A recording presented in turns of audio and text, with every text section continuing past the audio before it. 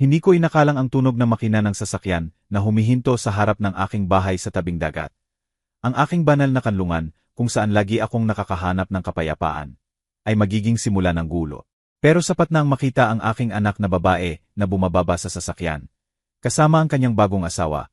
Isang lalaking minsan ko lang nakita, para magkaroon ng kakaibang tensyon sa loob ko nang walang paliwanag. Hindi saya ang naramdaman ko, ni hindi sorpresa. Isang kirot sa tiyan. Isang madilim na kutob na hindi ko maipaliwanag noon. Hindi na siya ngumingiti tulad ng dati. Namamaga ang mga mata, matigas ang postura, tense ang balikat. Parang humihingi ng tulong ang buong katawan niya nang hindi makapagsalita. Siya naman, bumaba sa sasakyan na may yabang na parang sa kanya ang buong mundo. Tiningnan niya ang aking bahay na parang sinusuri ang ari-arian na itinuturing na niya ng kanya. Inilagay ang mga bagahe sa lupa at binati ako ng bahagyang yumuko na walang galang, pero puno ng pagmamataas. Nanay, sabi ng anak ko na pinipilit ang ngiti. Dito kami magtatagal ng ilang araw. Sana okay lang. Pwede kong sabihing hindi. Pwede kong lagyan ng hangganan. Pwede kong sabihing bastos ang dumating ng walang paalam. Pero nanahimik ako. Natakot sa tingin ng lalaking kasama niya. Isang tingin na sinusukat ako. Sinusuri ang bawat galaw ko. Parang tinatantiya kung gaano kadali akong masira kung gusto niya. Pero bago magpatuloy, nais kong anyayahan ka ng espesyal. Mag-subscribe sa channel at I-like mo. Nakakatulong ito para malaman kung sinusuportahan mo ako at nag-enjoy ka sa aking mga kwento. At mag-comment ka rito kung saang lungsod ka nanonood. Ngayon, tuloy na tayo. Nang gabing iyon, pagkatapos ng tensyon sa hapunan kung saan halos hindi nagsalita ang anak ko at inaayawan ng asawa niya ang bawat sinasabi nito, lumabas ang tunay na ugnayan nila. Lumapit siya sa akin sa kusina nang mahina ang boses at nagyayalong ngiti. Bukas, maaga kang gising. Sabi niya, gusto niyang handa ang agahan ng alas 5 ng umaga. Sa gusto niyang paraan lahat. At please, Nay, sumunod ka lang ng walang reklamo. Walang komento. Walang diskusyon. Okay lang. Naramdaman ko ang lamig sa aking braso. Sumunod ng walang reklamo. Hindi ko inakalang maririnig ko iyan mula sa bibig ng anak ko. Siya na noong bata pa ay yumayakap ng mahigpit bago matulog. Siya na umiiyak kapag akala niya na dismaya niya ako. Siya na tinawag akong best friend sa loob ng maraming taon. May mali talaga. At ang pinakamasama, hindi ang kahilingan, kundi ang takot sa mga mata niya habang sinasabi iyon. Halos hindi ako nakatulog ng gabing iyon. Inilagay ko ang alarm sa alas 4. Tulad ng hiniling niya. Pero bago pa tumunog gising na ako. May kakaibang kaguluhan sa bahay. Parang may estrangherong enerhiya sa bawat sulok. Tumayo ako ng walang ingay. Pumunta sa kusina at nagsimulang magluto ng buong agahan. Bagong lutong tinapay, sariwang prutas, itlog, matapang na kape, natural na juice. Pero habang naghahanda ako, may narinig akong tunog mula sa pasilyo. Isang drawer, tapos isa pa, mahinang yabag, parang may nagre-epaso sa dilim. Dahan-dahan akong lumapit, sinusundan ang liwanag ng buwan mula sa bintana, at nakita ko siya. Ang asawa ng anak ko ay nagraransak sa aking mga drawer. Hinahawi ang mga papel, binubuksan ang mga folder, sinusuri ang mga sobre. Hindi siya basta curious. May hinahanap siya at ginagawa iyon ng kalmado na parang ginagawa na niya ito ng maraming beses. May maliit na flashlight na nakatutok sa aking gamit. Parang alam na niya kung ano mismo ang hinintay. Nanigas ako sa kinatatayuan. Pinapanood siya mula sa dilim. Walang guilt, walang duda, walang bilis sa mukha niya. Parang alam niyang hindi ako gising ng oras na iyon. Hinawakan ko ang dibdib ko para pakalmahin ang tibok. Paano kung hindi ito ang unang beses na pumasok siya sa bahay ko nang walang pahintulot? Paano kung ang pagbisita ng walang paalam ay hindi pagmamahal, kundi pagkakataon? Bumalik ako sa kusina bago niya ako mapansin. Humihinga ng malalim, sinusubukang ayusin ang isip. Handa na ang kape, nagiging golden ang toast, nasa mesa ang prutas, perpekto lahat. Makalipas ang ilang minuto, pumasok sila sa dining. Mukhang pagod ang anak ko. Siya naman, mukhang nasiyahan. Parang nakakita ng kapakipakinabang. Naupo sila, kinuha ang kubyertos at nang itaas nila ang unang subo ng agahan. Sinabi ko na matatag, malinaw at may desisyon na nagulat pa sa akin. Bago kayo magsimula, may ipapakita ako. Pareho silang natigilan. Bumaba ang tingin ng anak ko. Bahagya siyang natigilan, tulad ng hayop na natuklasan. At sa sandaling iyon, alam kong hindi ang agahan ang sorpresa. Siya ang sorpresa. Ang itinatago niya, ang itinago niya, ang hinanap niya sa bahay ko. Dumating na ang oras para buksan ang unang bitak. Ang bitak na magpapakita ng dilim na itinago niya at tinawag ng anak ko na pag-ibig. Nang sabihin kong may ipapakita ako bago sila kumain, tuluyang nawala ang liwanag sa mukha ng anak ko. Parang naubos na ang hininga niya. Sa kabilang banda, tumigas ang mukha ng asawa niya. Hindi siya nagsalita, hindi nagtanong, walang kilos. Pero nanigas ang panga at nanlaki ang mata na parang kinakalkula na ang pinsalang gagawin kung lalampasan ang hangganan niya. Ano ang ipapakita mo? Tanong niya ng mahina na parang mandaagit bago umatake. Wala namang malala, sagot ko ng kalmado. Basta may naisip akong kakaiba. Lumakad ako patungo sa drawer ng aparador kung saan siya nagransak kanina. Kinuha ko ang malaking sobre na walang laman na importante. Pero hindi niya alam iyon. Inilagay ko sa mesa. Kagabi may narinig akong ingay. Sabi ko, habang nakatitig sa kanya, at may nakita akong tao rito na nagrepaso ng gamit ko. Namutla ang anak ko. Ngumiti siya. Ngiting walang katauhan. Ibig mong sabihin ako iyon? Tanong niya ng kunwaring gulat. Hindi ko sinabi ko lang ang nakita ko. Sumandal siya sa mesa. Yumuko patungo sa akin na parang naghahanda na wasakin ang biktima ng may galang. Sigurado ka ba sa nakita mo? Sa edad mo, naglalaro ang memorya at imahinasyon. Nagangat ng tingin ang anak ko ng takot. Ako naman, hindi kumurap. 62 ako. Hindi ako matandang nalilito. Sagot ko ng malamig na hindi ko alam na kaya ko. At kahit nalilito ako, hindi ko iniimagine ang anino. Nakita ko ang kamay mo sa aking mga papel. Parang sinaksak ko ang pride niya. Nagbago ang mata niya. Sandali, nabasag ang maskara at nakita ko ang tunay niyang anyo. Isang lalaking sanay na sumunod, matakot, masunurin. Mabilis na sumingit ang anak ko. Huwag tayong mag-away. Nay, naghahanap lang siya. Gusto niyang tingnan kung kailangan mo ba ng tulong? Pinakapangit na dahilan sa mundo. At alam naming pareho. Nanginginig ang anak ko habang nagsasalita. Parang bawat salita ay sinusulat ng takot. Tulong, ulit ko. Ay nako, tiningnan ko ang kamay niya. Magkakapatong ng mahigpit kaya maputi ang knuckles. Nabiyak ang puso ko. Hindi siya nagsasalita dahil sa paniniwala. Nagsasalita siya dahil alam niya ang gagawin nito kung hindi niya ipagtatanggol. Doon ko naintindihan na mas malalim ang takot ng anak ko kaysa inakala ko. Nagpatuloy ang agahan ng tahimik. Pero hindi ordinaryong tahimik. Tahimik na parang minahan. Bawat galaw parang banta. Bawat higop ng kape, parang hamon. Kumakain siya ng dahan-dahan. May katumpakan. Parang bawat subo ay mensahe. Ako ang may hawak dito. Maya-maya, inilagay niya ang kubyertos at sinabi. Dapat maintindihan ng nanay mo na bahay natin din ito ngayon, di ba? Ipikit ng anak ko ang mata. Ang natin na yon ay hindi pahayag, babala. Sumagot ako ng mahinahong ngiti. Ang bahay ko ay akin, wala nang iba. Pinikit niya ang mata. Hindi siya sanay na sinasagot ng babae, lalo na matanda. Sige, sabi niya ng may pang-aasar. Tingnan natin kung gaano katagal ang yabang mo. Nakalutang sa hangin ang banta. Maya-maya, habang naglalakad sila sa tabing dagat, sinamantala ko para suriin ang drawer na kanyang hinalughog. Alam ko kung saan hanapin at hindi nagtagal. Nahanap ko. Isang maliit na papel na gusot na nakatago sa ilalim ng mantel. Nang buksan ko, nanginginig ang kamay ko. Sulat kamay niya, urgent documents, review property, segin, at sa ibaba ay pangalan ng hindi kilala. Siguro abogado o taong naghihintay ng lagda. Akin, ng anak ko, pareho. Nanginginig ang likod ko sa lamig. Ano ba talaga ang gusto ng lalaking ito? Nang hapon na iyon, habang naghahanda ako ng tanghalian, may narinig akong malakas na banggaan. Mabilis akong lumabas. Nakasandal ang anak ko sa dingding. Hinawakan niya ito sa braso ng mahigpit. Sobrang higpit. Sinabi ko sa iyo na huwag kang magkwento sa kanya tungkol sa mga gamit ko. Galit niyang bulong. Wala akong sinabi. Bulong niya na umiiyak. Sinungaling, lagi kang malapit sa pagkasira ng lahat. Lumapit ako nang hindi iniisip. Bitawan mo siya. Lumayo siya. Hindi sa takot, kundi takot mawala ang anyo. Nag-uusap lang kami, sabi niya ng kalmadong kunwari. Sensible ang matatandang nanay. Nakikita ang abuso kahit wala. Hinawakan ko ang balikat ng anak ko at dinala siya sa loob. Sinundan kami ng tingin niya na parang sinusuri ang bagay na malapit ng maging kanya. Sa kusina, bumagsak siya. Nay, hindi ko na kaya, sabi niya habang umiiyak. Pero kung iwan ko siya, gagawan niya ako ng masama o ikaw pa. Doon ko naintindihan lahat. Hindi niya ako pinapagsunod para sa kanya. Pinapagsunod niya ako para maprotektahan ako. Hindi siya kasabwat, bilanggo siya.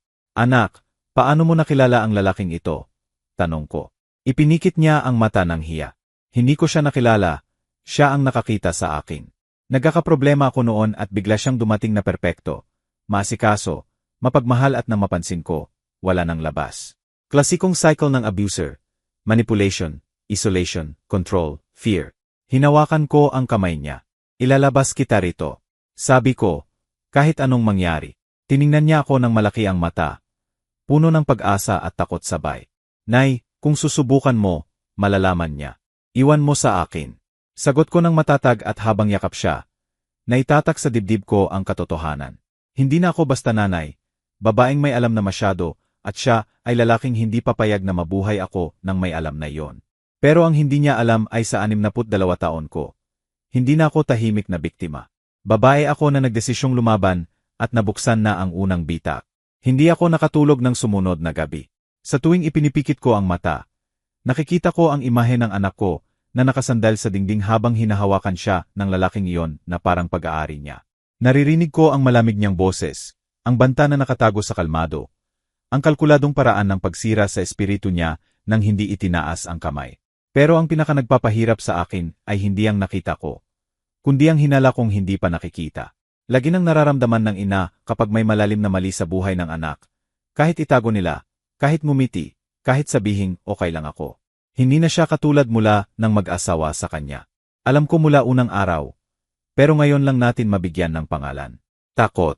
Nabubuhay siya sa takot at nagsisimula na rin akong makaramdam nito. Kinaumagahan, habang naghahanda ako ng kape, narinig ko ang mahinang yabag pababa ng hagdan. Anak ko iyon. Dahan-dahan siyang lumapit. Parang ayaw magingay. Umupo siya sa mesa ng pagod ang mata. Hindi ka nakatulog, di ba? Tanong ko. Umiling siya. Hindi ako makatulog kapag gising pa siya. Bulong niya. Lagi akong natatakot na may mangyayari. Nabiyak ang boses niya. Inabot ko ang kamay at hinawakan niya ng mahigpit.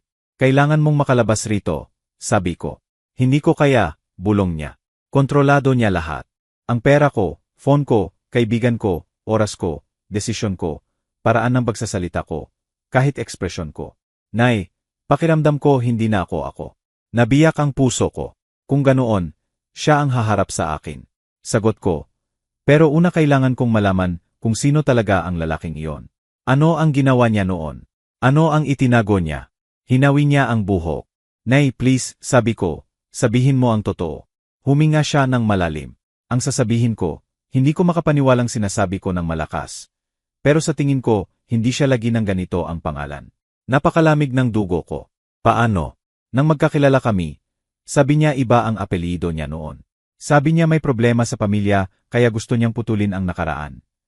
Pero ilang buwan na ang nakalipas nakita ko ang papel sa pitaka niya. Lumang dokumento, may ibang pangalan. At nang isearch ko ang pangalang iyon sa internet, tumingin ang anak ko sa hagdan. Siguradong wala siya sa paligid. Nay, may lumabas na balita. Bumilis ang tibok ng puso ko. Anong kleseng balita? Nilunok niya ang laway. May reklamo. Isang babae, ang dating partner niya. Sinabi na inisolete niya. Kinontrol, minanipula at nang gustong umalis. Ginawa niya ang kakilakilabot. Nawala ang hangin sa baga ko. Ano ang ginawa? Hindi niya binigay ang detalye sa publiko. Paliwanag niya. Pero sinabi niyang may mapanganib na koneksyon siya. Mga taong makakasama sa pinsala at kailangan niyang tumakas sa bansa para ligtas. Hinawakan ko ang dibdib ko. Tumakas. Ulit ko ng bulong. At sinulat niya ang hindi ko malilimutan. Dagdag ng anak ko. Sinira niya ang buhay ng sinumang babaeng sumubok na umalis. Nanigas ako at sa unang pagkakataon, tumigil ang takot na maging abstrakto. May anyo na ito, may pangalan, may kasaysayan. At ikaw na natili sa tabi niya. Tanong ko na hindi mapigilan ang galit. Nay, binantaan niya ako. Bulong niya habang tumutulo ang luha. Sabi niya kung iwan ko siya, agawin niya lahat, sisirain ako, gagawin akong parang baliw at walang maniniwala sa akin. Kahit sinabi niyang ikaw ang madadamay, kung makita akong masama, at magiging problema iyon sa'yo. Naramdaman ko ang malalim na lamig. Hindi lang siya ang nakulong. Ako rin ang minarkahan bilang target kung makikialam ako. Iyon ang paliwanag kung bakit ganoon ang tingin niya sa akin. Ang kalkuladong lamig, ang pinipigil na paghamak. Hinawakan ko ng mahigpit ang kamay ng anak ko. Huwag kang mag-alala, anak. Hindi ko hahayaang masaktan ka. Pero kailangan ko ng ebidensya. May magamit laban sa kanya. May pilitin siyang umatras. Nagdalawang isip siya at sinabi, may isa pa. Nakita ko ilang araw na ang nakalipas. Pero natakot ako kaya itinago ko ulit. Hindi ko alam kung ipapakita ko. Ipakita mo, sabi ko. Kahit ano, kakailanganin natin. Tumayo ang anak ko at pumunta sa kwarto. Bumalik siya dala ang maliit na itim na notebook na nakatago sa supot na tela.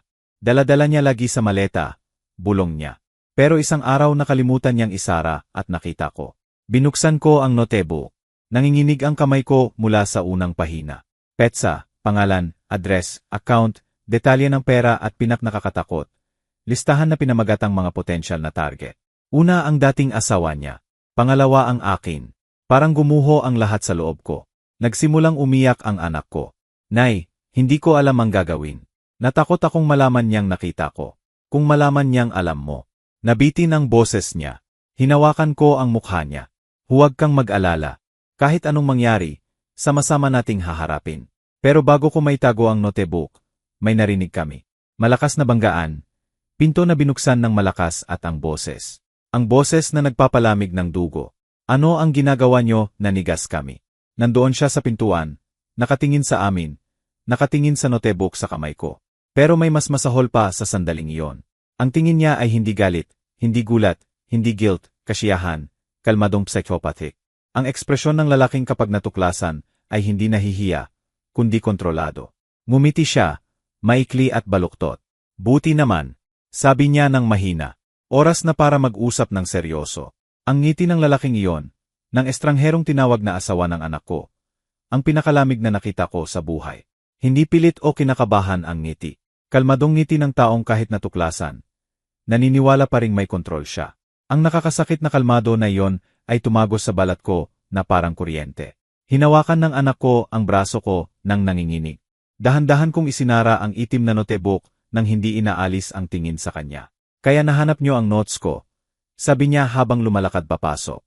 Bawat galaw niya ay kalkulado, mahina ang tono, pero ang mata, puno ng dilim na makikilala mo lang pagkatapos makakita ng sobra. Hindi namin alam kung ano yan. Sagot ko ng matatag. Pero ngayon alam na namin. Tumawa siya ng mahina. Parang nagkwento ako ng biro.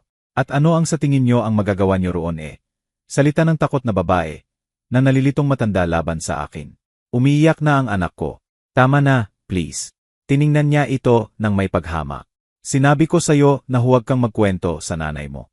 Hindi mo kayang sumunod sa simpleng utos. Huwag mo siyang kausapin ng ganyan. Sabi ko habang lumalakad ako pasulong. Parang sinindihan ang posporo. Nagbago ang liwanag sa mata niya. Hindi na siya naglalaro, hindi na nagpapanggap. Wala kang naiintindihan. Aling nena, sabi niya nang itaas ang boses sa unang pagkakataon. Lagi kang sagabal sa anak mo, sa paglaki niya, sa kalayaan niya at ngayon sa mga plano ko. Mga plano ko. Ang salitang iyon ay pahayag, pag-amin, banta anong plano tanong ko, habang nanginginig ang kamay, pero hindi umaatras. Ngumiti siya. Sa tingin ko alam mo na. Mag-isa ka rito. May bahay ka sa tabing dagat na mas mahalaga kaysa sa itsura. Pamana na hindi mo naintindihan ang pamamahala at anak na. Sa kasamang palad, wala nang halaga kundi ang mayaambag niya sa akin. Humigbi ang anak ko. Lumapit ako isa pang hakbang. Humarang sa harap niya. Hindi mo na siya hahawakan. Hindi mo na siya pagdedesisyunan. Hindi ka napapasok sa bahay ko na parang sayo ito. Tumingin siya sa kamay ko na hawak pa ang notebook. Tingnan mo, aling nena, sabi niya ng may lason na lambing. Malayo na ang narating, sobrang layo na. Akala mo ba ang notebook lang ang lahat? Akala mo ba hindi ako nag-ingat? Lumapit siya sa pinto. Sumandal sa frame at nagkrus ng braso. Pose ng lalaking malapit ng ibunyag ang lihim. Ipapakita ko sa'yo, sabi niya halos may tamis. Bago ko maisip, kinuha niya ang cellphone, pinindot at ipinakita sa akin. Sa screen ay may file na compressed na may pamagat na nagpalamig ng dugo ko. Aling nena, audio confession. ME4. Nagrebol ang tiyan ko. Ano yan tanong ko? Napakabergang recording, sagot niya, na kapag narinig ng pulis, parang ikaw ang umamin na nawawala ang memorya mo. May mga pagkalito, na pwedeng maging panganib sa sarili mo. Nagmulat ng malaki ang anak ko ng takot. Hindi totoo yan. Hindi niya sinabi yan. Nagkibit balikat siya. Pwedeng i-edit, pwedeng buuin ulit, pwedeng gawin mula sa wala. Alam mo ba kung gaano kadali baguhin ang usapan o gumawa ng bago mabigat ang hininga ko.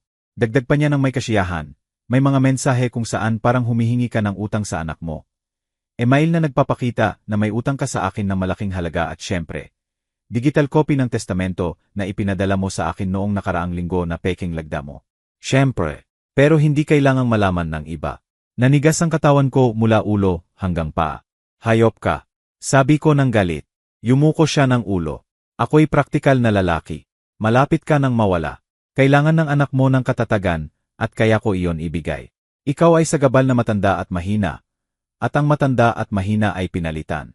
Sumigaw ang anak ko sa tenga ko. Huwag kang makinig sa kanya. Manipulador siya. Pinutol niya.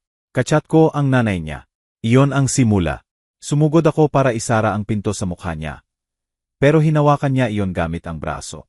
Naramdaman ko ang biglaang lakas ng adrenaline. Ano ang gagawin mo? Aling nena, bulong niya habang inilalapit ang mukha sa akin.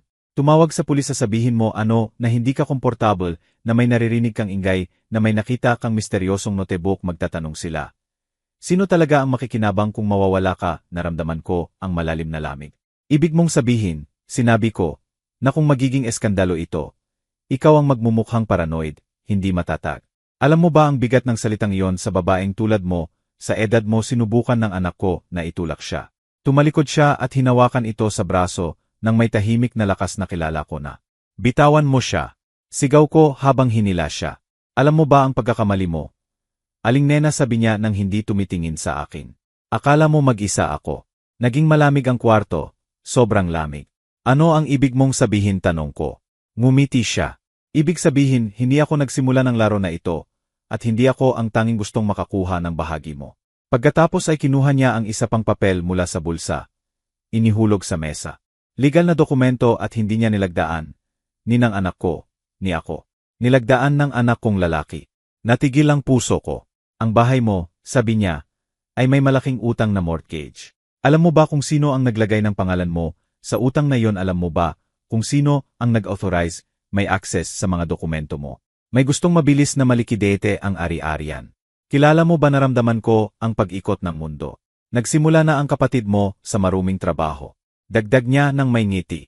Ako lang ang nandito para tapusin. Napuno ng luha ang mata ko. Nanginginig ang katawan ko. Nawalan ng hangin ang anak ko. Ang trahedya ay hindi lang galing sa labas. Galing sa sariling dugo. Ngayon naiintindihan mo na. Di ba, sabi niya habang lumalapit ulit. Mag-isa ka at kami ay organisado. Sa unang pagkakataon sa buhay ko, alam kong lumampas na ang panganib sa lahat ng hangganan, at para mabuhay, kailangan kong sirain silang lahat. Hindi ko na matandaan kung anong eksaktong sandali nang maramdaman kong tumigil sa pagsunod ang mga paa ko. Siguro nang makita ko ang pangalan ng anak kong lalaki sa dokumentong iyon na parang kutsilyo na bumabaon sa gitna ng dibdib ko ng walang awa. O siguro nang marinig ko ang salita ng asawa ng anak ko na nagtatatak ng trahedya. Nagsimula na ang kapatid mo sa maruming trabaho. Ako lang ang nandito para tapusin. Ang anak ko, habang tahimik na tumutulo ang luha, hinawakan ang braso ko habang paulit-ulit na parang dasal. Hindi pwede. Hindi pwede, Nay. Hindi. Pero alam ko na pwede. Alam ko na may nagbago sa anak kong lalaki mula taon na ang nakalipas. Kahit ayaw kong aminin. Ang ambisyon niya, ang mainit na ulo, ang pagwawalang bahala sa hangganan. Akala ko imbierna lang. Ngayon naiintindihan ko na mas madilim pa iyon. Huminga ako ng malalim. Tiningnan ko ng diretso ang asawa ng anak ko sa mata. Ano ang mapapala nyo rito? Ano talaga ang hinintay nyo? Ngumiti siya nang walang laman ng ngiti na natutunan ko ng katakutan. Mayroon ka ng mga bagay na wala ng silbi sa'yo. Marami pa nga. Mga property, ipon, lokal na impluensya at impekableng reputasyon. Kapag gustong magwash ng pera, itago ang utang o ilipat ang assets ng walang hinala. Wala nang mas maganda kaysa sa matandang babae, kalmado, mabuting pangalan at walang depensa. Hindi ka nag-iisa rito, bulong ko. Sinabi mo nga, organisado kayo. Tama, sagot niya na parang papuri. Ako lang ang dulo ng yelo. Sinigawan siya ng anak ko ng desperado. Ano ang ipinangako mo sa kapatid ko? Ano ang ibinigay mo? Kapalit tumawa siya ng maikli. Sa ilang lalaki, hindi na kailangan pangako. Sapat na ang paniwalain silang may karapatan sila sa higit pa. Nautang ng buhay sa kanila. Na ang pera nyo na nanay mo na nakuha ng walang ginawa ay sa kanila dapat. Kailangan lang ng kapatid mo ng dahilan para itigil ang pagpapanggap na may moral siya. Natigil ang puso ko, pero bago ako makasagot, sinabi niya ang mas masahol. At magugulat ka kung sino pa ang kasali. Hinigpitan ng anak ko ang kamay ko nang nanginginig. Sino pa, tanong ko ng pinakamatatag na kaya ko. Isang taong malapit sa iyo, halos pamilya mo na, kamakailan lang pumunta sa bahay mo. Tumulong sa pag-aayos ng dokumento. Tumakbo ang isip ko sa bawat mukha, bawat bisita, bawat usapan at biglang dumaan ang imahe na parang kidlat. Ang hipag ko, kapatid ng yumaong asawa ko, ang laging nag-alok na tumulong sa papeles, ang paulit-ulit na nagsasabing wala na akong kakayahang pamahalaan ang ari-arian ko mag-isa. Siya, bulong ko. Hindi siya sumagot ng salita. Yumuko lang ng ulo. Tinakpan ng anak ko ang mukha gamit ang dalawang kamay. Naging maliit, masikip, makitid ang mundo. Nanghina ang tuhod ko at sumandal ako sa dingding para hindi mahulog. Hindi na basta trahedya, buong konspirasyon na ito. Sa gitna ng kadiliman, bigla akong nakaramdam ng liwanag sa loob. Malamig na kalmado, malinaw, na nararamdaman lang kapag tumigil na ang puso sa pagtanggi at nagsimulang maghanda para lumaban. At sa sandaling iyon, narinig ko ang sarili kong matatag na boses. Ngayon naiintindihan ko na lahat. Nagtaas siya ng kilay. Ngayon alam ko na eksakto kung paano tapusin kayong lahat. Nawala ang ngiti niya. Nang hapong iyon, pagkatapos niyang lumabas para tumawag, siguro para mag-report sa iba, naiwan kami ng anak ko sa kusina. Kailangan kong makapag-usap sa kanya ng walang bilis, walang takot, walang takip. Nay, ano ang gagawin natin, tanong niya nang namumula ang mata. Mananalo tayo, sagot ko nang walang duda. Pero may peking ebidensya siya, dokumento, koneksyon at tayo may katotohanan, anak. At may mas makapangyarihan kaysa sa kanila. Ang kakayahang mag-isip ng walang karahasan. Umiling siya. At ang kapatid ko, naramdaman ko ang mas malalim na sakit. Nagbili ang kapatid mo. Sabi ko nang nabibiyak ang boses pero matatag. Hindi ko na siya ipoprotektahan. Tiningnan niya ako ng halo ng takot at ginhawa. Ano ang gagawin mo una? Kailangan kong pagkatiwalaan mo ako. Pagkakatiwalaan kita, sabi niya nang walang pag-aalinlangan. Lagi kitang pinagkatiwalaan, Nay. Siya lang ang nagpaniwala sa akin na hindi ko kaya. Yakap ko siya. Unang beses sa mga araw na iyon na naramdaman ko, siyang humihinga nang walang takot sa dibdib ko. At nang bitawan ko siya, naalala ko ang mahalagang bagay. Ang mga kamera. May mga kamera ang bahay ko mula taon na ang nakalipas, at kahit ang ilan ay kita, may iba na hindi. Detalye na hindi niya alam. Lumapit ako sa anak ko at binulungan. May hindi alam siya. May advantage tayo. Ano na nakita ng bahay na ito ang higit pa sa inaakala niya. Nagmulat ng malaki ang mata niya. Ang mga kamera, Nay. Kung tama ang hinala ko, nakarecord ang pagkakahawak niya sa iyo sa dingding, ang pagbabanta sa akin. Kahit ang mga salita tungkol sa testamento, lahat. Tinakpan niya ang bibig para hindi sumigaw. Nay, maaring masira siya niyan at gagawin natin. Sagot ko, pero kailangan ng pasensya at diskarte. Huminga ng malalim ang anak ko. Ano ang gagawin natin ngayon? Maghintay ng tamang oras at kapag dumating, tayo ang tatapos sa kanya. Hinanap ng kamay niya ang kamay ko. At doon ko naalala na kailangan kong sabihin ang mahalaga sa mga nakikinig sa kwento ko. Bago magpatuloy, sabihin mo rito sa comments kung ano ang tingin mo sa kwento hanggang ngayon at ano ang gagawin mo kung ikaw ang nasa lugar ko. Huwag kang umalis sa video dahil ang susunod ay magpapatawa ng balahibo mo. Nang gabing iyon, habang natutulog ang bahay, sinuri ko mula sa phone ko ang mga nakatagong kamera. Bawat segundo ng video ay nagpapatunay ng kailangan ko. May lahat tayo, lahat ng maskara niya nahuhulog, bawat banta, bawat salita, bawat kilos ng karahasan. At nang patayin ko ang screen, nagbago ang isang bagay sa loob ko magpakailanman. Siya ang nagumpisa ng digmaan. Pero ako, babaeng 62 taong gulang, pagod, tinalo, nasugatan, wala ng takot. Ginising niya iyon. Ginising niya ang aking lakas. Kaunti lang ang natulog ko. Pero unang beses sa mga araw na iyon, hindi ako natulog na may takot. Natulog ako ng may plano. Sa 62 taon ko, natuklasan ko na ang liwanag ay dumarating kapag tumigil ang sakit sa pagparalisa sa atin at nagsimulang magturo. Alam ko na hindi ko matatalo ang lalaking iyon sa lakas, sigaw, o pakiusa. Kailangan kong gawin sa sarili niyang larangan. Katalinuhan, pasensya at sorpresa. Nagising ako bago sumikat ang araw. Naglakad ako sa bahay ng tahimik. Iniisip ang bawat hakbang na dapat gawin. Sinuri ulit ang mga nakatagong kamera.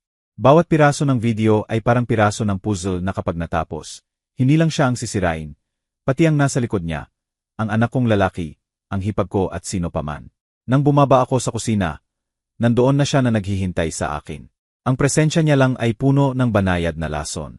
Alam ko na may nagbago sa kanya. Magandang umaga, sabi niya nang hindi inaalis ang tingin sa akin. Magandang umaga, sagot ko na nagpapanggap ng kalmado na hindi ko nararamdaman. Lumiko ang ulo niya na parang sinusuri ang bawat detalye ng mukha ko. Natulog ka ng sapat. Ngumiti. Pero hindi mabait ang ngiti. Babalay yon. Mag-uusap kami ng anak mo ngayon. Anunsyo niya. Kailangan hindi ka makialam. Naramdaman ko ang apoy sa loob. Pero hindi ko pinakita. Wala akong pakialam. Sinungaling ko. Tama, ulit niya. Wala sa'yo iyan. Tumayo siya. Naglagay ng kape at lumapit sa akin. Sobrang lapit. Sapat para maamoy ang pabango o bulok niya. Alam mo ba, aling nena bulong niya. Minsan pakiramdam ko minamaliit mo ako, at iyon ay mapanganib.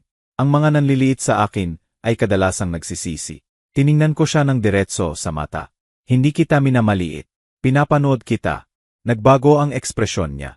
Naasar, nasaktan, inis na hindi niya ako natakot. Mag-ingat ka, sabi niya sa wakas ng napakababa na parang huni at lumabas ng kusina. Nang pumunta siya sa tabing dagat, sinamantala ko para tumawag sa taong hindi dapat, ayon sa kanya. Pero ginawa ko pa rin. Tinawagan ko si Tita Ramona, kapitbahay sa katabing bahay. 68 anyos, dating pulis, babaeng hindi kailanman pinayagang takutin ng kahit sino. Aling nena, sagot niya na half asleep. Kailangan kitang puntahan ngayon at pumasok sa likod na pinto. Okay ka lang ba hindi pa? Inamin ko, pero magiging okay ako. Walang tanong si Tita Ramona. Naintindihan niya ang tono ko. Makalipas ang ilang minuto, nakita ko siyang pumasok sa kusina ko. Nang ikwento ko lahat, hindi siya nagulat ng labis. Hindi ko gusto ang lalaking iyon mula unang kita. Sabi niya, may tingin ng mga ngaso.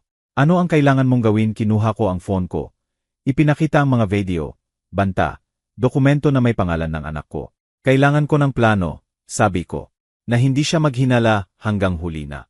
Nagkunot ang noo ni Tita Ramona ng may konsentrasyon. May sapat na ebidensya ka para sirain siya, aling nena. Pero kung mali ang galaw natin, maaring maging marahas siya. Hindi madaling tanggapin ng ganitong lalaki ang pagkatalo. Alam ko, sagot ko. Pagkatapos sinabi ni Tita Ramona ang eksaktong salita na kailangan ko. Sisirain natin siya, pero sa paraan niya, hindi sa atin. Nagtitiwala siya sa ego niya. Gamitin mo iyon. Paano i-provoke mo? Gawin mong akala niya nanalo na siya. Hayaan mong mag-relax siya. At kapag bumaba ang guard niya, huhulihin natin. Naging magaan ang dibdib ko. Aling nena, ikaw ang susi, dagdag niya. Hindi niya hinala na may tulong ka. Hindi niya hinala na mas malakas ka kaysa sa akala niya, at higit sa lahat. Wala siyang dignidad na hindi niya makukuha. Naramdaman ko ang bukol sa lalamunan. Tutulungan kita, pangako niya. Pero sundin mo ang plano ko ng eksakto. Tumango ako. Oras na para maging matalino. Nang bumalik siya mula sa tabing dagat, nakita niyang umiiyak ang anak ko sa sala. Katabi ko siya. Pero nagpapanggap akong kinakabahan. Walang seguridad, mahina. Kailangan kong kumbinsihin siyang nabiyak na ako. Pumasok siya ng dahan-dahan at may ngiting nasiyahan. Ano ang nangyayari rito? Tanong niya. Nilunok ng anak ko ang laway. Tumayo ako na nagpapanggap ng kahinaan. Tama ka, sabi ko habang binababa ang tingin. Hindi dapat ako nakialam sa inyo. Ayaw ko ng gulo. Gusto ko lang ng kapayapaan. Ngumiti siya. Mahabang ngiti, nasiyahan. Matalinong desisyon, sagot niya. Nanginginig ang kamay ko, pero hindi sa takot, kundi sa lakas na pinipigilan ko. Gagawin ko ang gusto mo. Dagdag ko ng marupok ang boses. Basta huwag mong saktan ang anak ko. Lumapit siya. Inilagay ang kamay sa balikat ko at binulungan. Lagi kong alam na maunawaan mo ang lugar mo. Tiningnan ako ng anak ko ng takot. Pero hinigpitan ko lang ng kaunti ang kamay niya bilang senyas. Pagkatiwalaan mo ako. Maya-maya, habang natutulog siya ng siesta sa guest room, kami ni Tita Ramona ay naglagay ng maliit na mikropono sa dingding. Eksakto sa lugar kung saan siya madalas magsalita kapag akala niya walang nakikinig. Inilagay ko rin ang phone ko na nagre-record sa loob ng kabinet. Handa na ang bahay. Bawat sulok ay naging tahimik na saksi. Kulang na lang ang isang bagay. I-provoke siya. At para doon, ako ang kailangang maging pain. Nang magising siya, nakita niya akong naghahanda ng hapunan sa kusina.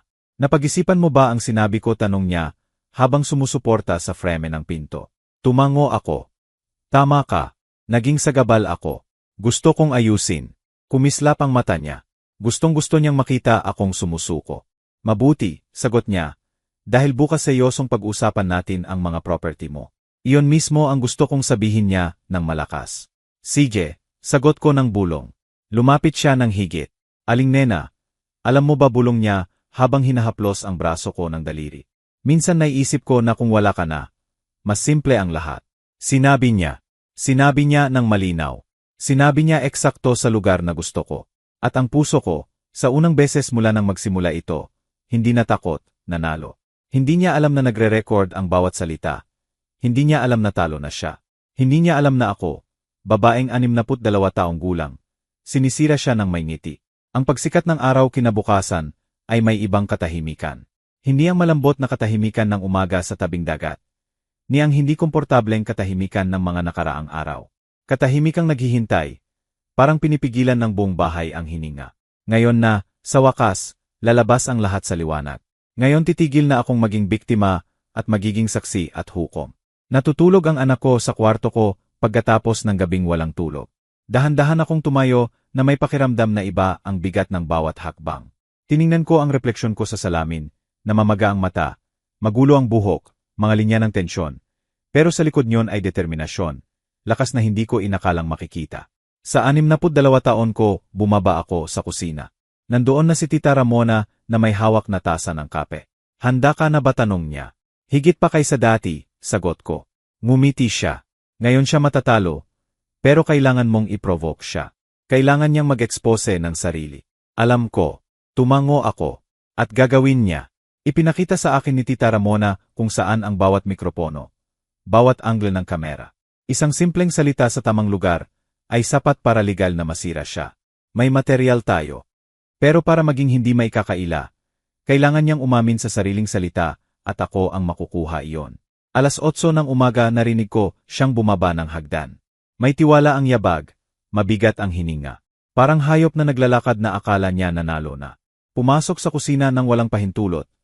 Parang sa kanya na ang bahay. Magandang umaga, sabi niya ng halos matamis ang tono. Magandang umaga, sagot ko habang naghahain ng kape. Umupo siya sa harap ko. Sinuri ng mata niya ako. Naghahanap ng kahinaan. Nagpapanggap ako ng kaba. Binaba ko ang tingin, naglaro sa tasa. Kailangan kong magmukhang marupok. Kailangan kong magmukhang handa ng sumuko. Napag-isipan ko ang kahapon. Sabi ko nang parang sinulid ang boses. Ngumiti siya. Ano ang napagdesisyunan mo? Yumuko ako ng kaunti pasulong. Sa tingin ko tama ka. Lagi akong tama, sagot niya ng nasiyahan. Nilunok ko ang laway habang nararamdaman ang pagkasuklam. Gusto kong ayusin ang mga bagay. Ayaw ko ng gulo. Kung ang pagpirma sa papeles ang pinakamabuti para sa anak ko, gagawin ko. Kumislap ang mata niya. Nakagat na ang pain.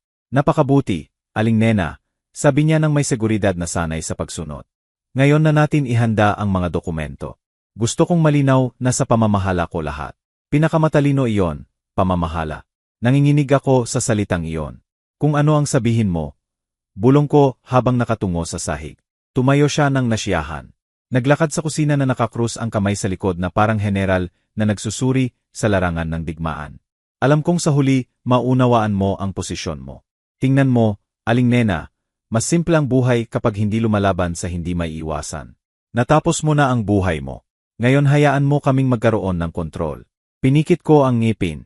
Hindi nawala ang nakatagong kamera sa pagitan ng cereal jar, kahit isang pantig.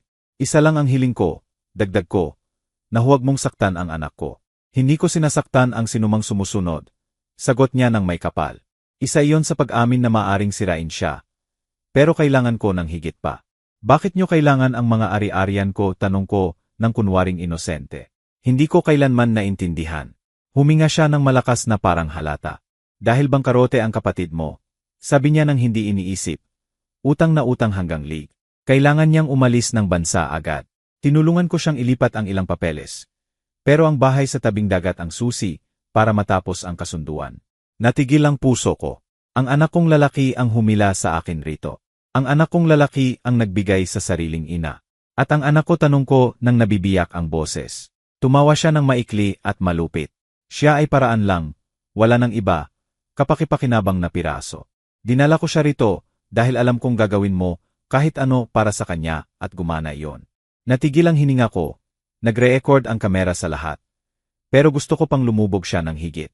At kung tumanggi ako tanong ko, lumapit siya, inilagay ang kamay sa mesa, yumuko patungo sa akin.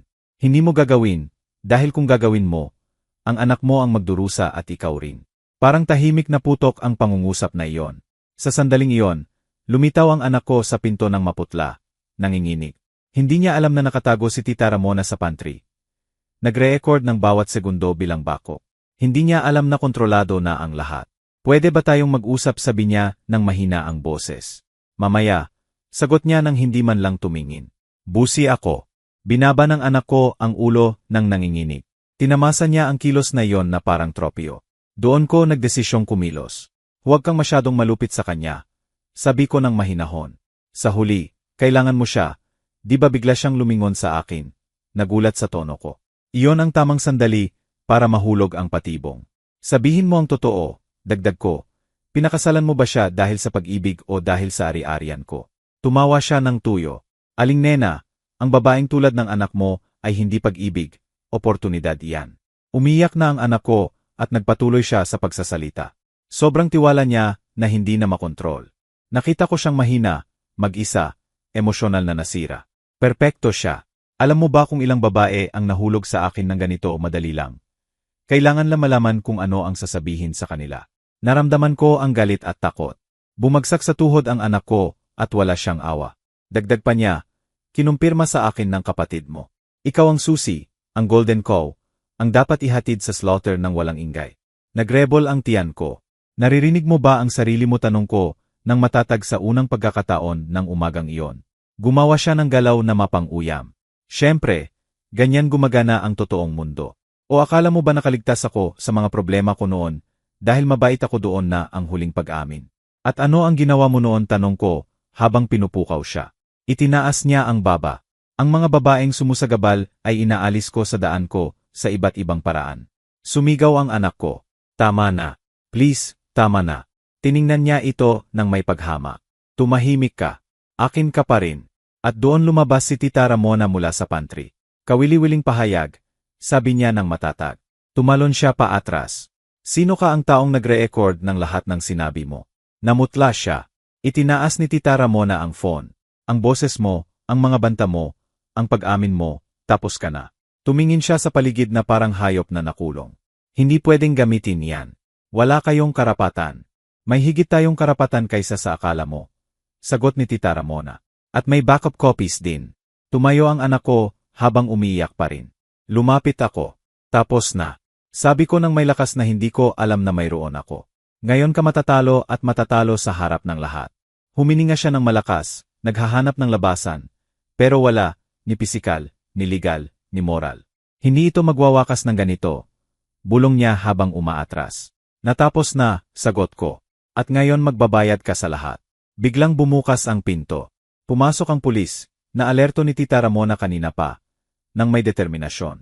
Tumingin siya sa kanila ng desperado na parang mandaagit na nakulong. Hindi niyo ako maaesto. Wala akong ginawa. Baliw ang matandang iyon. Montaje lang lahat. Ipinakita ni Tita Ramona ang screen na pinapatugtog ng malakas ang recording. Ang salita ay tumugtog sa buong bahay. Ang mga babaeng sumusagabal ay inaalis ko sa daan ko. Nawala ang kulay sa mukha niya. Ipinosas siya ng pulis. Bumagsak ang anak ko sa bisig ko. At sa wakas nakahinga ako pagkatapos ng mga araw ng takot. Pero ang pinakamahalaga ay hindi ang pagkatalo niya, kundi ginawa iyon gamit ang sariling salita, sariling yabang, sariling kasamaan. Kumpleto na ang patibong at sa wakas natumba ang abuser. Tahimik ang bahay pagkatapos madala ng pulis ang asawa ng anak ko na nakaposas. Ang lalaking iyon na sa loob ng mga buwan ay nagdilim sa buhay namin sa presensya, boses, banta at kasinungalingan niya. Katahimikang masakit at sabay nagpapagaling. Katahimikang mabigat na parang hangin pagkatapos ng malakas na bagyo, kung saan amoy pa ang panganib sa lupa. Pero may renasimiento na rin. Nakaupo ang anak ko sa sofa ng nanginginig. Nakayuko ang mga paa sa dibdib. May marka ang mukha niya ng mga araw na walang tulog at ang mga mata. Basa pa. Parang bata na nawawala at sinusubukang alalahanin kung saan ang tahanan. Lumapit ako at umupo sa tabi niya. Walang sinabi. Ayaw kong gambalain ang nararamdaman niya. Inabot ko lang ang kamay at naghintay. Hinawakan niya pagkatapos ng mahabang sandali. Parang natatakot na mawala ang haplos ko. Ano na ang susunod, tanong niya nang parang sinulid ang boses. Tiningnan ko siya ng mahinahon. Gayon humihinga tayo. Ipinikit niya ang mata at naglabas ng buntong hininga. Sumandal siya sa akin. Inilagay ang ulo sa balikat ko tulad noong bata pa. Hinaplos ko ang buhok niya tulad ng hindi ko nagawa sa loob ng mga dekada at naramdaman kong may nabiyak din sa akin. Pero hindi sa lungkot, kundi sa ginhawa. Wala nang kapangyarihan sa amin ang lalaking iyon. Hindi na siya makakasigaw, hindi na makakamanipula, hindi na makakautos, hindi na makakabanta, hindi na makakasira. Pero may natira pa na makakasakit pa rin sa atin. Ang alaala. Dumidikit ang alaala sa balat na parang basa na alikabok at aabutin ng panahon para mawala. Nagdaan ng 10 minuto, siguro 20, baka oras, hindi ko alam. Pero nang sa wakas magmulat ang anak ko, hindi na siya ang nasirang babaeng pumasok sa bahay ko ilang linggo na ang nakalipas. Hindi rin siya ang masunuring batang hinubog niya sa takot. Isa na siyang ibang bagay, babaeng nakaligtas. Nay, bulong niya, natatakot ako sa susunod. Natatakot akong hindi pa tapos ito. Hinawakan ko ang mga kamay niya. Matatapos, anak, pero abutin ng panahon. Nagsimula na ang hustisya ngayon. Ang iba, gagawin natin sama-sama. Nilunok niya ang laway. At kung makalabas siya at makagawa ng paraan, para maghiganti hindi siya makakalabas, sagot ni Tita Ramona mula sa pinto na nagpagulat sa amin. Sinuri ko na ang records. May warrant of arrest siya sa 2 estado, at ang statement na nakuha natin ngayon ay sapat para mapanatili siyang imbestigahan ng matagal. Huminga ng kaunti nang mas magaan ang anak ko nang marinig iyon. Pumasok si Tita Ramona at umupo sa upuan sa harap namin. Nagkrus ng braso na parang tagapagbantay na bakal. Ang pinakamahalaga ngayon, sabi niya, ay manatili kayong dalawa at ikaw, anak, magpa-therapy. Sinira kanya emosyonal. Pero kaya mong gumaling. Nakita ko na, tumango ang anak ko habang kinakagat ang labi. Ano ang mangyayari sa kapatid ko? Tanong niya, bigla nang nanginginig ang boses. Naglabas ako ng hangin. Ang pangalan ng anak kong lalaki ay bukas na sugat sa dibdib. Sasagutin ng kapatid mo ang ginawa niya. Sabi ko, sinusubukang kontrolin ang nanginginig na boses. Kailangan niyang harapin ang bunga ng desisyon niya. Pero iyan ay usapin ng hustisya. Hindi mo at hindi ko rin. Umiyak ulit ang anak ko. Hindi ko makapaniwala na kasali siya rito. Hindi ko inakalang kaya niyang kamuhian ako ng ganito. Hindi kanya kinamumuhian. Sagot ko ng mahinahon. Nawawala siya at ang mga nawawalang tao ay nakakasakit. Sobrang sakit. Hindi dahil gusto nilang sirain ang iba, kundi dahil silang sira na sila sa loob. Sumandal ang noo niya sa mga kamay ko. Hindi ko alam kung makakapatawad ako sa kanya balang araw. Huminga ako. Hindi mo kailangang patawarin ang kahit sino. Kailangan mo lang gumaling. Tumayo si Tita Ramona na parang general na nagbibigay ng utos. Sige, hayaan nating iproseso nyo ang nangyari. Ako ang maghahanda ng formal na reklamo sa fiskal. Kailangan niyong magbigay ng statement. Pero protektado kayo. Huwag kayong mag-alala, hindi kayo nag-iisa. Nagpasalamat ako sa tingin. Lumabas siya ng matatag na hakbang. Tulad ng taong matagal nang lumalaban sa mga halimaw. Maya-maya, nang kami na lang sa bahay, nagdesisyong maglakad sa tabing dagat. Mahinahon ang alon at malamig ang buhangin sa paa na nagpapaalala na maaring maging malambot ang buhay. Kahit pagkatapos ng sakuna. Tinamaan ng hangin ang mukha namin. Pero hindi malupit na hangin. Parang naglilinis. Tahimik na naglalakad ang anak ko. Nakakrus ang braso. Nakatingin sa dagat na parang naghahanap ng sagot sa abot tanaw. Naalala mo ba noong bata ka at pumupunta tayo rito? Tanong niya, halos bulong. Sagot ko ng malungkot na ngiti. Lumulusong ka sa tubig ng walang takot at sinasabing lalanggoy ka hanggang ibang bansa. Ngumiti siya ng bahagya. Matapang ako noon, matapang pa rin, sagot ko ng matatag. Ang matapang na babae ay hindi ang walang takot, kundi ang patuloy na lumalakad kahit natatakot. Hinawakan niya ang kamay ko. Salamat, Nay. Bakit sa hindi pag-give up? Sa hindi pagpayag na sirain niya ako? Sa hindi pagtakas ng panganib din ang buhay mo? Sa pagliligtas sa akin? Napuno ng luha ang mata ko. Ginawa ko lang ang gagawin ng kahit sinong ina. Umiling siya. Hindi, Nay. Maraming ina ang hindi gagawin yon. May matatakot o mapapayag na manipulahin. Ikaw hindi. Hinarap mo siya at ibinalik mo ang buhay ko sa akin. Wala akong masabi, wala akong magagawa. Yakap ko lang siya. Mahabang yakap, malalim, puno ng taon ng katahimikan, lumang sugat, guilt at pag-ibig. Iyon ang pinakamahalagang yakap sa kasaysayan namin. Nang gabing iyon, naghapunan kaming dalawa, walang takot, walang bilis, walang anino sa bawat kilos. Bawat hininga sa bahay ay parang bago. Bawat sulok ay parang iba. Iba na ang hangin. Pero may isa pang usapan na kulang. Masakit na usapan, na iniiwasan ko sa loob ng mga linggo. Anak, sabi ko ng maingat, may gusto kong ipaalam sa'yo na hindi ko sinabi noon. Pero sa tingin ko dapat sabihin ko ngayon. Nagangat siya ng tingin. Ano? Humugot ako ng hininga. Nang mamatay ang tatay mo, marupok tayo. Nagdadalaga ka noon. Naging obsessive ako sa pagprotekta sa'yo. Natakot akong masaktan ka ng mundo. Natakot akong magkamali ka, na masaktan ka. Siguro nang walang balak, nilagyan kita ng bubble na nagpahirap sa'yo na makilala agad ang mapanganib na lalaki. Nagkunot ang noo niya, nagulat. Nay, hindi mo kasalanan. Hindi ko sinasabing kasalanan ko, sagot ko. Pero ngayon naiintindihan ko na ang sobrang pagprotekta ay maaring maging hawla rin. Hawla na nag-iwan sa'yo na walang depensa kapag dumating ang masama. At humihingi ako ng paumanhin. Lumapit siya at hinawakan ang mga kamay ko. Nay, hindi mo kailangang magsorry sa pagmamahal mo sa akin. Ikaw ang suporta ko nang mawala si tatay. Ikaw lang ang meron ako. Kung nagkamali ako pagkatapos, hindi dahil sa'yo, dahil minsan malupit ang buhay. Pero ikaw lagi kong kanlungan. Tumulo ang luha ko nang walang pahintulot at ikaw pa rin hanggang ngayon, bulong ko. Yakap ulit kami, mas matibay kaysa dati. Ang mga sumunod na araw ay mahaba, pero nakakawala rin ng pasanin. Pagbigay ng statement sa pulis. Mga abogado, kasama si Tita Ramona. Nagsimula ang therapy ng anak ko. Ako, nililinis ang bahay na parang ang paglilinis ng bahay sa tabing dagat ay maglilinis din ng kaluluwa ko. Bawat bagay na hinahawakan ko, bawat sulok na inaayos ko, parang tinatanggal ang hindi nakikitang bakas ng takot. At isang araw, habang inaayos ko ang mesa sa dingding, nangyari ang hindi inaasahan. Naramdaman ko ang kapayapaan, malalim na kapayapaan, na matagal ko nang hindi naramdaman.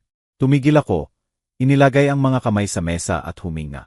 Hindi na battlefield ang bahay, tahanan ulit. Minsan sa hapon, lumapit ang anak ko nang may mahiyang ngiti. Nay, may iniisip ako. Ano yon sa paglipat dito kasama mo? Kahit ilang buwan lang. Ayaw ko pang bumalik sa syudad. Hindi pa. Naramdaman ko ang matamis na init sa dibdib. Lagi itong bahay mo, sagot ko. Yumakap siya ng mahigpit at sa unang beses mula nang magsimula ito.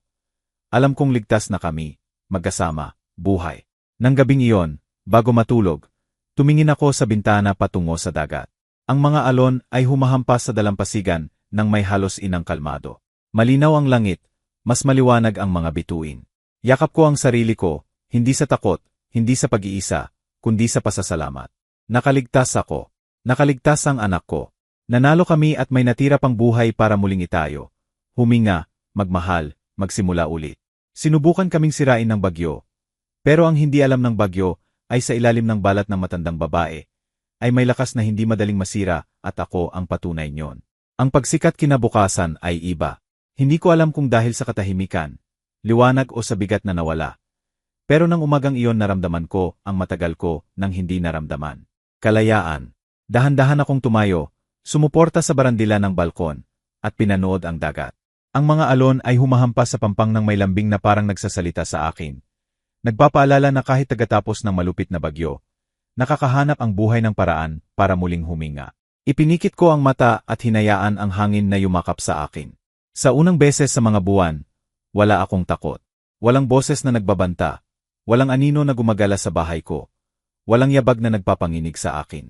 Ako lang, at ang katiyakan na nakaligtas ako. Bumaba ang anak ko makalipas ang ilang minuto. Nakatali ang buhok at iba ang ekspresyon. May pagod. Pero may iba pa. Determinasyon. Lumapit siya sa akin. Sumandal sa barandila at sinabi ng mahina na hindi ko malilimutan. Nay, pakiramdam ko bumalik na ako sa pagiging ako. At ang mga salitang iyon ay parang hindi inaasahang yakap. Tiningnan ko siya at naintindihan kong pareho kaming muling isinilang. Bawat luha, bawat emosyonal na hampas, bawat trahedya ay naghiwa sa amin. Pero tinuruan din kami ng lakas na dala namin sa loob. Naglakad kami sa dalampasigan ng walang bilis. Binabasa ng tubig ang paa namin habang pinainit ng araw ang buhangin. Hinawakan niya ang kamay ko at sinabi na wala na siyang takot. Ako, habang nakakuyom ang puso, sinabi ang totoo. Ako rin wala na. Alam namin noon na walang babalik sa dati. Hindi dahil nawala kami ng isang bagay, kundi dahil nabalik namin ang pinakamahalaga, ang ating sarili. Minsan pinipilit tayo ng buhay sa sulok, hanggang wala ng ibang opsyon, kundi lumaban. At kapag lumalaban ang babae, para sa kanyang kapayapaan, walang lakas na makakapigil. Ngayon, bago ako magpaalam, nais kong anyayahan ka ng espesyal. Kung naantig ka sa kwentong ito, i-like mo. Nakakatulong iyon para malaman kong pinahahalagahan mo ang content at nagustuhan mong samahan ako sa emosyonal na biyahe na ito. Mag-subscribe sa channel dahil marami pang kwentong puno ng damdamin. Hindi inaasahang twist at ending na magpapaisip sa'yo. At sabihin mo sa comments kung saang lungsod ka nanonood. Ano ang naramdaman mo sa ending na ito? Ano ang gagawin mo kung ikaw ang nasa lugar ko? Salamat sa pagsama hanggang dito. Salamat sa pagiging bahagi ng kwentong ito.